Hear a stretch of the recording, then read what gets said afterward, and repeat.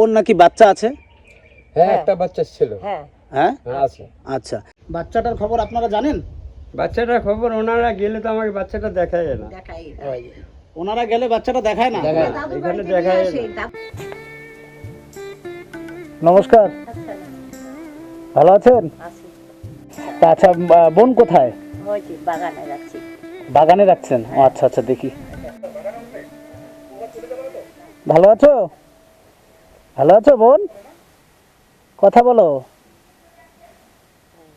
একটু জোরে বলো, জোরে। বোন শোনো শোনো, এদিকে তাকাও, এদিকে তাকাও। ভালো আছো?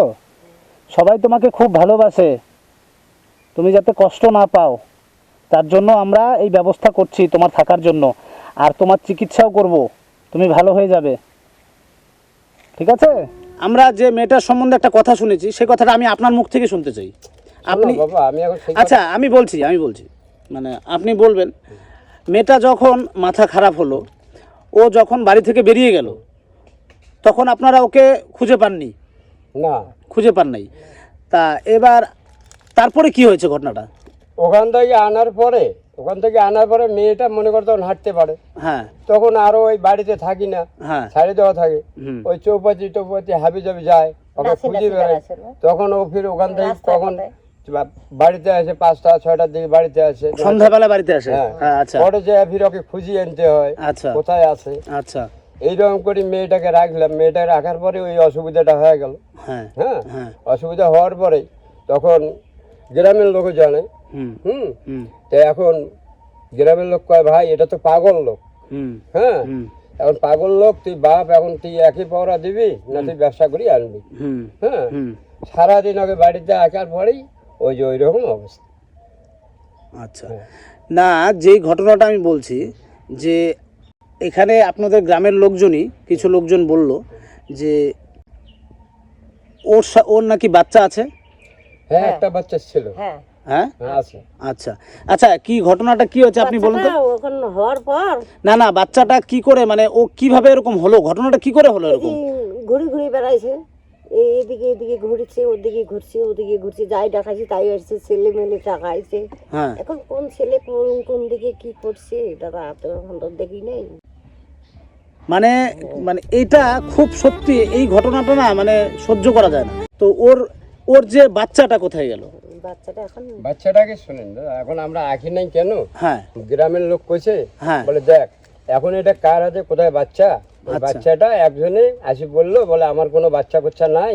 আচ্ছা হ্যাঁ, হ্যাঁ আমাকে বাচ্চাটা দেন। আচ্ছা ঠিক আছে, আমরা বাচ্চাটাকে লালন পালন করিয়ে মানুষ করবো। আচ্ছা হ্যাঁ, হ্যাঁ তখন আমরা ওই বাচ্চাটাকে ওনাকে দিলাম। হ্যাঁ আচ্ছা, কোথাকার লোক বাচ্চাটা নিল? হুম, বাচ্চাটার লোক এই যে সুশিনী বাজারের এই দিকে। সুশিনী বাজার কুচবিহার, মানে কুচবিহার শুনশুনি বাজারের ওদিককার লোক নিয়েছে।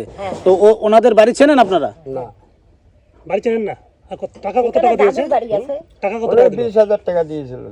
20,000 টাকা লাভ নেই। আচ্ছা, ঠিক আছে, তো ওই টাকাটা কি চিকিৎসার কাজে লাগিয়েছিলেন? চিকিৎসার কাজে কিছু লাগাইছি, কিছু খাচ্ছি দাদা, আমরা গরিব মানুষ, সত্য কথাই বললে। আচ্ছা আচ্ছা, ঠিক আছে বাবা, চিকিৎসা করছি। আর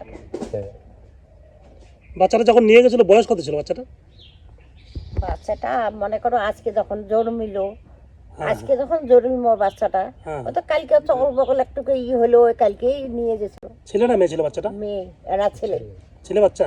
ছেলে সুন্দর হয়েছে। সুন্দর ছেলে বাচ্চা আপনারা রাখলেন না কেন? আমাকে একটা রাখার জন্য আমার একটা ও নিয়ে জোর জবতি লোকজন বাড়িতে ভর্তি, জোর জবতি করলো। না এটা পারে না তো, কারো বাচ্চা জোর করে নিয়ে যেতে পারে না। যে টাকা পয়সা দিছে 20,000 টাকা দিয়ে জোর জবতি করি কোনো, আমি তো কাঁদিয়ে পাগল। আপনাদের যে ওর যে বাচ্চাটা ছিল ওর কি জোর করে নিয়ে গেছে? গোবিন্দ, তুমি আর বিচার করো, যারা এই অন্যায় করছে তুমি আর বিচার করো। তুমি এইটার আগে আমাকে নিলে না কেন গোবিন্দ? এই ছোট থেকে বাচ্চাকে লালন পালন করে আজ এই ঘুমলামে মাথায় নিতে হয় রে বাবা। কত বছর হলো বাচ্চাটা নিয়ে যাওয়ার? কত বছর হলো? হলো 3-4 বছর হলো, এরকম হলো।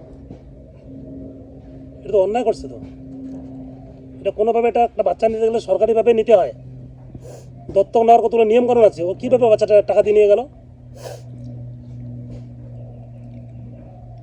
আমার তো ছেলে নাই, এই যে 4টাই মেয়ে। চারটাই মেয়ে, আমি এই দুঃখ কষ্ট করি তোমাদের আশীর্বাদে, ভগবানের আশীর্বাদে এই কোনো রকম করিয়া মেয়েগুলোকে পার করছি। 4,000 5,000 টাকা করে জামাকে দিছি, দিয়ে 3টে মেয়েকে পার করছি। আচ্ছা, এই মেয়েটাকে পার করতে পারলাম না, এটার জন্য খুব কাঁদি ভগবানের কাছে। ভগবান, তুই আগে কি জন্য এইভাবে জন্ম দিছিস পৃথিবীতে, তুই নিলি না কেন এগুলো রাখ? ভগবানের কাছে কাঁদি দাদা। যাই হোক, মানে ও যেহেতু প্রথমে ভালোই ছিল, তো কোনো কারণবশত ওর ব্রেনে প্রচণ্ড প্রেশার পড়েছে, যেই কারণে ওর হয়তো এরকম ঘটনাটা, মানে মাথাটা খারাপ হয়ে গেছে। যাই হোক, হ্যাঁ আপনার বলে আপনার খুশি তো? হ্যাঁ খুশি। তো আসুন, বোনের ঘরটা ভাঙা হয়েছে, তো আমরা গিয়ে চলুন দেখে আসি। এই যে ঘরটা মোটামুটি ভেঙে দেওয়া হয়েছে, বোনের জায়গাটা, ঠিক আছে? এই যে বোন এখানে থাকতো, তো বোনের জায়গাটা টোটালি পরিষ্কার করা হয়েছে আজকে। তো এইবার আমরা এই ঘরটা ভেঙে দিয়েছি। তা এখন বোনের জন্য টোটালি ওই উপরের টিনটাও পাল্টানো হবে, আর চারদিক দিয়ে হাফ টিন উঠিয়ে এখানে জালি করে দিতে হবে, নাহলে এই যে গরমটা না, ও গরমে থাকতে পারবে না। আর এখানে একটা চৌকি করে দিব, যাতে ও আর জায়গা না পায় মাটিতে থাকার মতন, ও চৌকিতেই থাকবে। বুঝতে পারলেন? আচ্ছা ঠিক। তো বোনের ঘরটি প্রায় হয়েই গেছে। তো এখানেই আমরা একটা চৌকি করে দিব বোনের জন্য। তো চৌকিটা আজকে হয়নি, আমরা ওখান থেকে আসলাম, তো এখনো রেডি হয়নি, তো কালকে চৌকিটা দেবে। তো তারপরই আমরা এখানে চৌকিটা পেতে দেব। তো বোনের ঘরটা আমি করে দিলাম। এখন বোনের যে চৌকিটা, চৌকিটা আজকে হয়নি, রেডি হয়নি, তো চৌকিটা আমরা কালকে এখানে পৌঁছে দেবে আর কি। তো এখানে চৌকিটা পৌঁছে দিলে হয়তো বোনের আর কষ্ট হবে না। আর কষ্ট হবে না, আমরা মাটি কাটি দিয়ে দেবো সমান করে, মাটি কাটে সমান করে দিবে। আচ্ছা, আপনার মেয়ে তো জামা কাপড় পরতো না, না আজকে তো সারাদিন ধরে আমরা আছি আপনার বাড়িতেই, তো দেখছি ও তো জামা কাপড় পরেই আছে।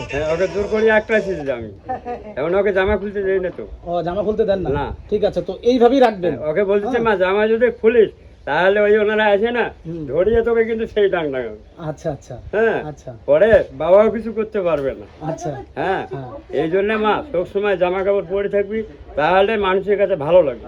আচ্ছা। হ্যাঁ হ্যাঁ, তো এইবার ও আপনার মেয়ে সকাল থেকে কি খেয়েছে? সকালে ভাত খেয়েছে, দুপুরে ভাত খেলো, আচ্ছা ফের রাত্রের বেলায় খাবে। আচ্ছা, রাত্রিবেলা খাবে। তো যাই হোক, এখন আমরা যে এই যে ইউটিউব থেকে, ফেসবুক থেকে অনেক বন্ধুরা মানে এই বোনকে অনেক ভালোবাসা দিয়েছে, এবং তারা আমাদের বলেছে যে মেয়েটাকে একটা চৌকির ব্যবস্থা করে দিতে, আর ও যেখানে থাকে যে মাটিতে যাতে না থাকে, ও যাতে জামা কাপড় পরেই থাকে, তো সেই ব্যবস্থা করে দেওয়ার জন্য তো আমরা সেই ব্যবস্থা করে দিলাম। আর দ্বিতীয়ত কথা আরেকটা, যে আপনি আসেন একটু এখানে দাঁড়ান। দাঁড়াও।